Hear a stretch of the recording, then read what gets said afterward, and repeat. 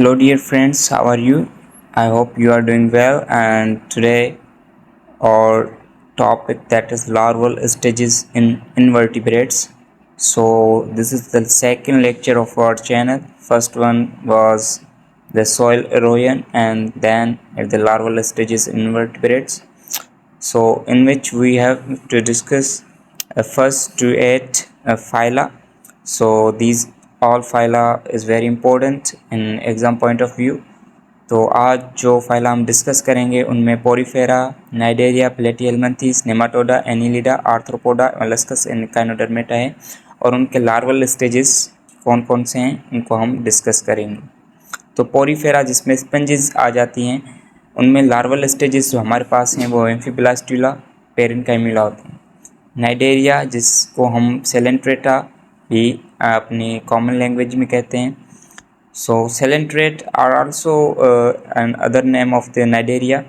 So इनमें जो है वो एग्जाम्पल है प्लेन्यूला, साइडिपेड लार्वा और प्लेटिहेल्मिंथेस जिन्हें हम फ्लैटवर्म कहते हैं।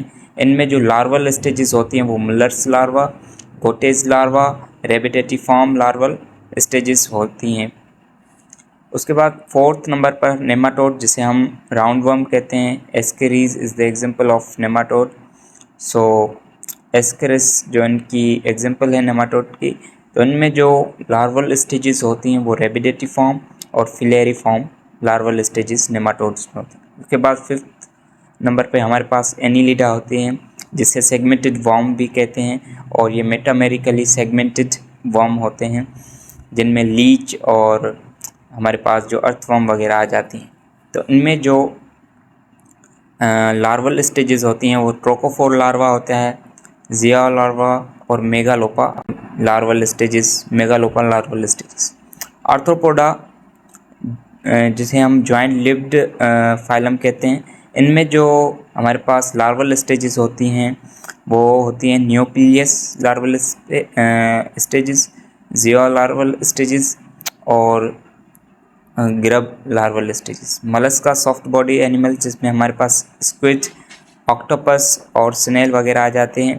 तो इनमें जो लार्वल स्टेजेस होती है वो ट्रोकोफोर लार्वल स्टेजेस होती हैं, पाइनेरिया लार्वल स्टेजेस, वेलीजर लार्वल स्टेजेस और प्लूटियस लार्वल स्टेजेस होती हैं। एकाइनोडर्मेटा जो स्पाइनी बॉडी होती है जिसमें सी अर्चिन, स्टारफिश वगैरह आ जाते हैं। इनमें डाइप्ल्यूरुला लार्वा होते हैं और वेलीजर और ओफियो प्लूटियस लार्वल स्टेजेस होते हैं।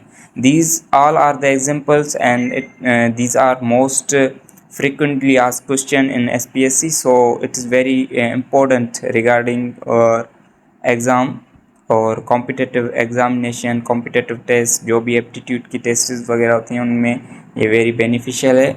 I hope you get it well and if you like it then subscribe and share it. Thank you very much.